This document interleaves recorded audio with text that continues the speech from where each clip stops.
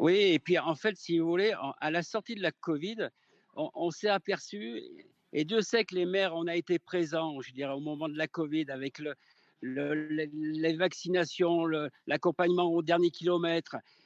Et on voit qu'on est de plus en plus dans une société individualiste. Et c'est là où moi, je peine vraiment à accepter ce type de comportement.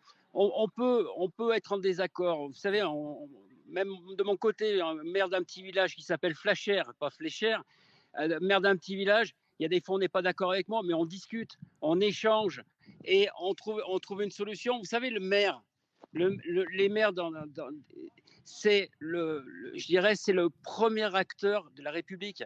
On, avec le lien de proximité avec les habitants, on voit naître les enfants dans nos villages, on les voit naître, on les voit évoluer, on participe, on les marie, vous voyez, des bonnes choses comme des grands malheurs, on est toujours présent. Et moi, je suis élu depuis 2014 et je ressens qu'il y a petit à petit, je dirais, il y a une dérive. Et il faut impérativement casser cette dérive parce que c'est un mandat qui est passionnant. À mes yeux, c'est le plus beau mandat électif que je puisse avoir. C'est vraiment le plus beau mandat.